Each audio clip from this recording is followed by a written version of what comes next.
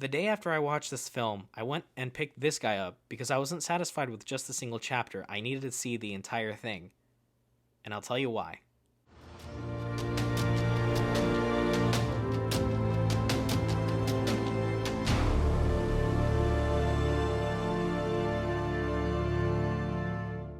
Hello and welcome back. If you're new to the channel, I'm your buddy John, and you're watching Cinemaniac Reviews. Based on a single chapter from Bram Stoker's 1897 classic Dracula, The Last Voyage of the Demeter follows the doomed crew of the merchant ship the Demeter as they try to survive their ocean voyage from Transylvania to London while being hunted at night by the one and only Dracula.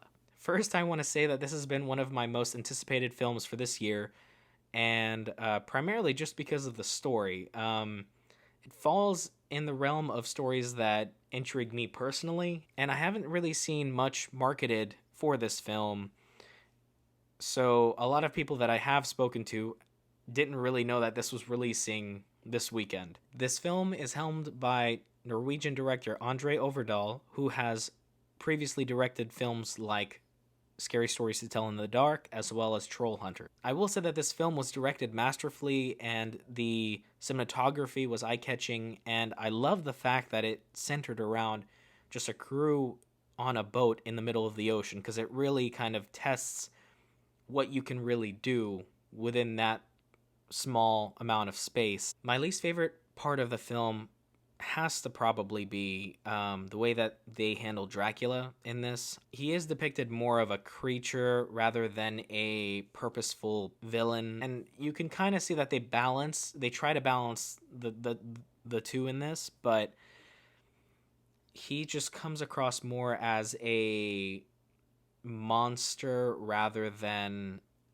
someone intent on, making the voyage from Transylvania to London. And I didn't really mind the characteristics of Dracula, but the thing that really pulled me away a little bit from the film was the CGI, or just the effects that they used on Dracula, and just the way, the mannerisms. And was he creepy? Yes, but some parts just kind of pulled me away, and it just felt more cheesy. And I feel like that kind of lessened the scare factor of Dracula for me. Again, I won't be spoiling anything, but another gripe of mine was the use of the story structure.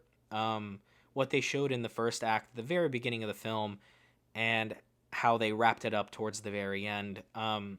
It kind of really, I think, lessened the film for me after it was all said and done. I wish that they went a different direction in the very beginning of the movie.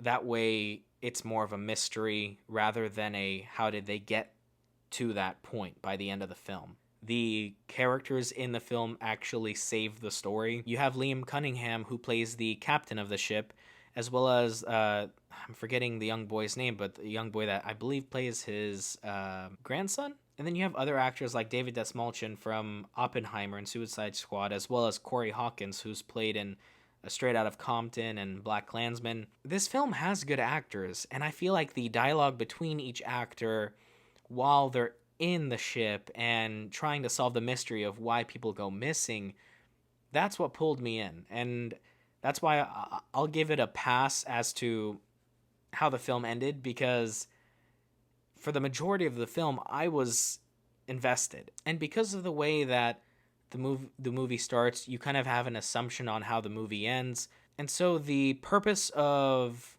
the story immediately shifts to, okay, well, what is happening in Act 2?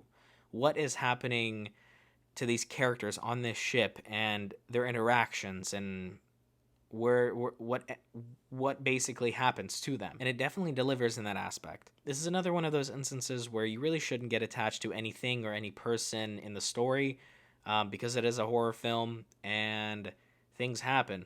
With this film's source material primarily being a single chapter in Bram Stoker's Dracula, you can definitely feel a piece of the puzzle kind of missing. Not so much at the beginning of the film, definitely towards the end. Once you finish the film, it makes it seem like there's going to be a sequel. I don't think that there's going to be a sequel to this movie. There's just not enough money being made for it. I don't assume that there will be, but it definitely leaves on a note where you feel and you understand that the story isn't finished yet, so you kind of want to keep going and see where it goes. Overall, I definitely will say I had a lot of fun with this film. I enjoyed watching it in theaters. It's a shame that a lot of people haven't heard about this just because of the lack of marketing and social media presence, but I'm hoping that as the days kind of move on past its opening weekend, people will kind of discover it, albeit late, but they'll discover it and give it a chance. I think you should give it a chance. If you have seen this, comment down below, let me know what you guys thought. And remember, we're trying to reach 100 subs, all right? I don't want to set a timeline for this, but do your best, like this video, subscribe if you haven't. Let's get growing, all right? See you next time.